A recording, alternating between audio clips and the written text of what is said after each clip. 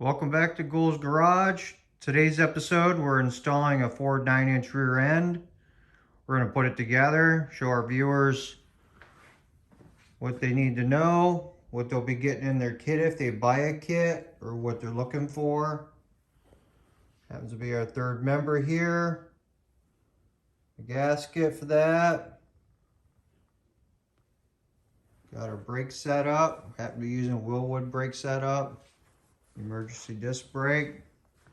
It's a Ford 9-inch rear end with the big bearing style. This is the size here. It's a larger bearing, also known as a Torino rear end. It's a heavier duty third member cage, as you can see. It's going to fit really nice in this Model A. Can't wait to see it get mocked up under there. Been doing a little prep work on the engine if you've been watching along. Starting to mock that up to get ready to weld that in place. Now with that rear end kit, I happen to get my carrier axles.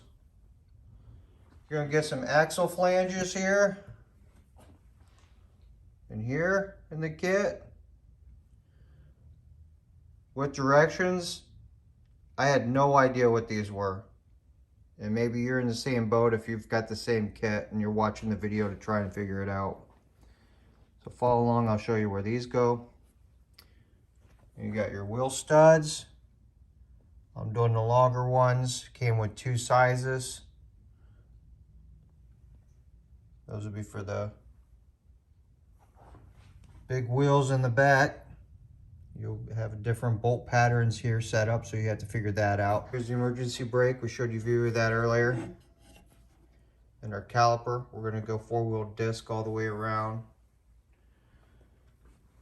Along with that axle, you're going to have your seal, a bearing, and the bearing retainer. That's the order it goes in for my application. We'll press all those on. When we do, we're going to need to know our measurement from what they call our backlash measure and our flange to the axle front measure. And I believe it's between 2.5 and 2 7/8 with this caliper setup with Willwood. Willwood does have a video out there. I encourage you to watch that one as well. Some things they didn't describe to you. Such as these spacers right here. Okay, in my application, and I keep saying my application because there's going to be different applications out there depending on your brake setup. These typically are just if you're doing drum brakes. In our application, we just set these aside. We're not even using them. So as you see here, our axle flange will sit in here when we're done. This is just a little mock-up for you. Okay, I still have to slide the axle in, and then this axle flange will go behind the axle, and we'll bolt it up. You'll have T-bolts sitting right behind here. See me wiggling it there. Pop one out for you. That's your T-bolt. That'll hold everything in place. Use a lock washer type nut, or you could do a regular lock washer nut. I would suggest Loctite right there. And then our third member will go in before we slide the axles in, but we'll do.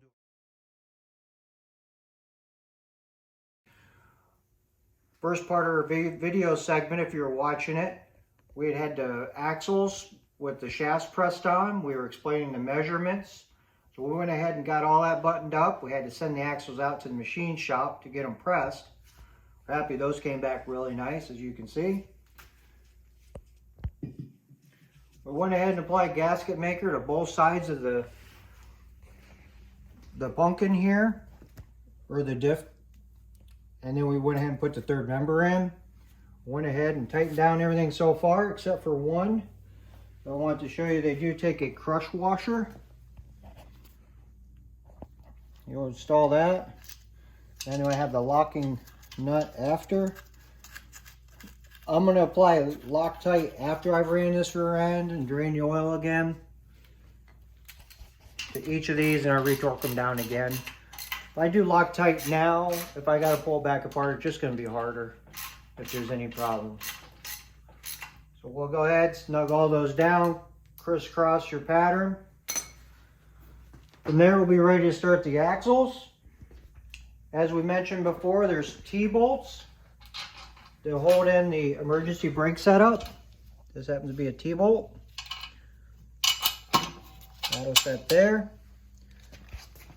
I've went ahead and applied some bearing grease where the bearing will sit here in the axle. And I'll be doing a little bit of bearing grease along the shaft as well. If it's sitting for a while, we don't want that to rust up. Okay, from there your axle shafts will just slide right in. You come over here. You see there's splines. In our case, there is one shorter axle, one longer. You can figure out which one you need just by measuring the back space here to the center of the axle. Slide that in and line it up.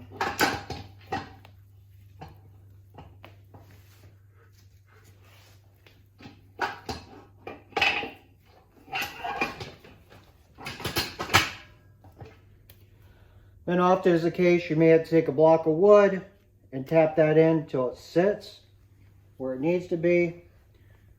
Then you'll have your axle retainer.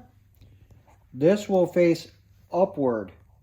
So if our axle's meant to face down this way, then this will face upward. You'll then go ahead and take your locking nut and a socket, and you'll go through the bigger hole here, looking for it, and that'll tighten down around those T-bolts, all four. I'm gonna go ahead and try and tap that in. Hopefully for the viewers out there, it'll just fall right in.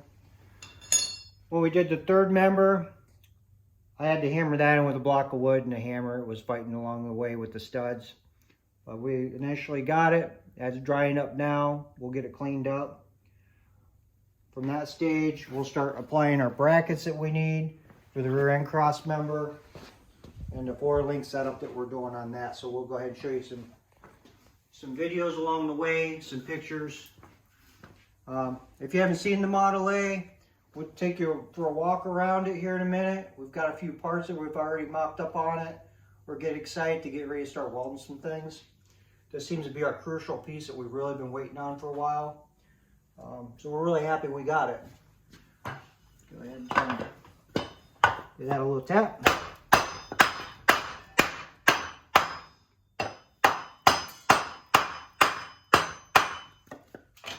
Oh, that bottomed in there real nice. We'll go back over here, do the same with the other axle. Also for our viewers, if you look over here, this is a raw setup from the side you saw there.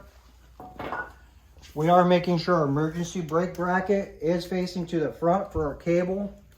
It is possible to rotate these. If you do, and put all this together, you're going to tear it all back apart again.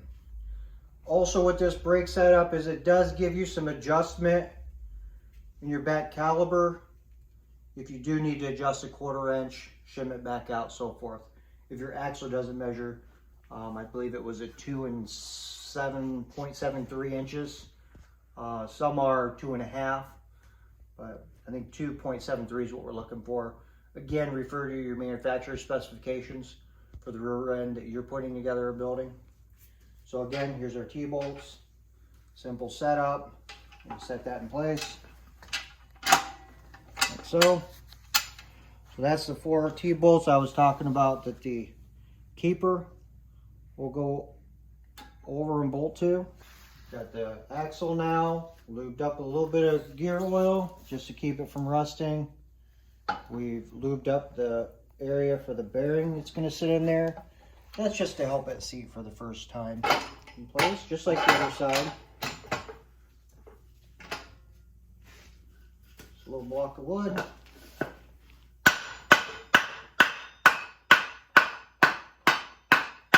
You fill the bottom out. When you're done, you're ready to start putting your lock nuts on the keeper. And again, remember to make sure this is facing upward.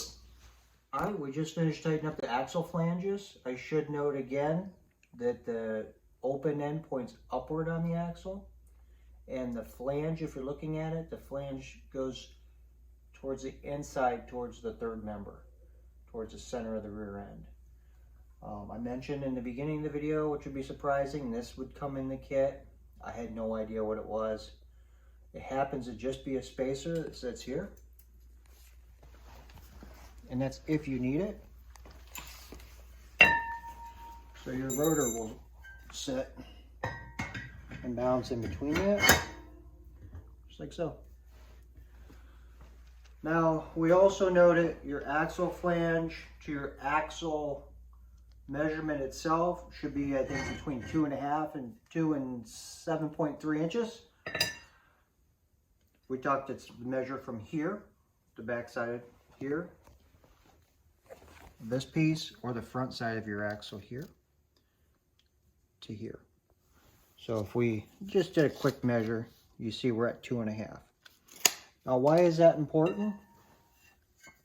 For us to manufacture with a big bearing Ford rear end, Trino rear end such as this, and this brake application, that's what it calls for. That way when you put your caliper in place, everything rides true with your rotor and you're not dragging one side or the other. Now, if that's the case you're dragging, as said earlier, they do have spacers that you can buy and readjust that gap accordingly. For us, everything looks like it's going to be great. I'm sure all the viewers out there, if you're doing mechanics, you know how to put a caliper on. Simple, goes right in here with your pads, a couple of bolts to the back side, you're ready to go. So we're going to go ahead and mock that up, get the rear end setting under the Model A, put the tires on. We're going to be cutting our brackets. We'll have to cut these open. We'll have to start setting up and aligning where we want to have these from underneath the car based off the geometry. Stay tuned with more videos to find out more. We'll also be talking about the pinion angle with the transmission and the setup there and how you measure that and know. So make sure you stay tuned. If you're building a Model A, you're in the same boat we are, this will help you out a lot. So make sure you hit like, stay tuned, we'll see you next time.